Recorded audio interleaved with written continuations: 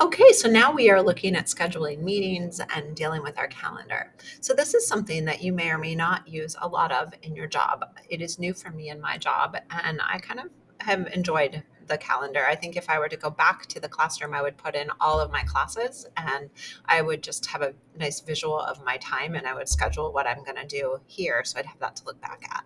So, I'm going to open my calendar and I'll just kind of show you a little bit. So you can go and you can see how I put in all my time as much as I can, and I've got it color coded so I can tell what's happening. And then there's like the week that is just these are like recurring things, and it's Thanksgiving week. So these are here even though we weren't in school. But a typical week just has a bunch of stuff, and I try to count for every moment of the day, but clearly I'm missing in some cases. So I'm going to go back to today, and there's a lot of things you can set it up. You can set it by the day. I don't like it by the day. I want to see everything. You could just have the work week, or you could have the whole week. So it's up to you what you want to do. And I'm just going to go to this week so you can kind of get the idea. And then this week that's happening is in the process of going on. So let's schedule a single meeting. So you're going to go to new event, and I'm just going to say that this is a test event. You can invite attendees, so you can search for them. I wonder if I can invite myself. I can invite myself. That's kind of nice. And I will just close this.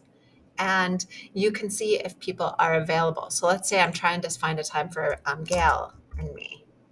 So here we are.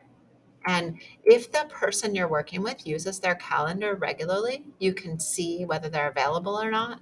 And if they don't use their calendar regularly, then it will show you they're available even if they're not. So I don't always know. I can assume someone's available, but they might get back to me and say, "Hey, I don't actually put stuff on my calendar. I'm not free that time." So that's my caution for you. I'll take Gail away. The default that I have is that it is a Teams meeting. That would just create a spot where you can meet virtually. I try to remember to uncheck that so people are not confused. And you can set this to be Teams or Google Meet. And then you can add your description and attach documents here. One thing I find a lot of people don't necessarily read that, although you can get them used to it if you start to do it.